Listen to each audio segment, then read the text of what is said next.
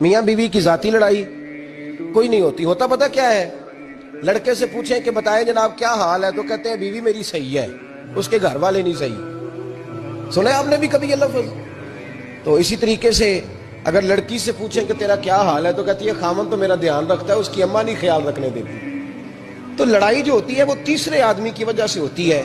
تیری اماں آئی تھی تو اس طرح کہہ گئی, تیرا بھائی آ گیا تھا تو وہ یہ کہہ گیا, تیسرے فرد کی وجہ سے. میرے نبی کریم علیہ الصلوۃ والسلام نے تیسرے بندے کو سمجھایا ہے, تیسرے فرد کو حضور نے سمجھایا ہے. نبی پاک علیہ الصلوۃ والسلام نے فرمایا خبردار, ماں بھائی بیٹا باپ سارے لحاظ کریں, بسنے دے میاں بیوی.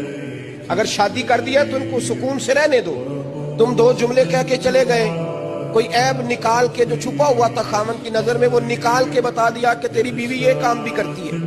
اب تم تو ہٹ گئے وہ بات کہہ کے, اب انہوں نے اکٹھے رہنا ہے, ان کی زندگی مصیبت کا شکار ہو گئی.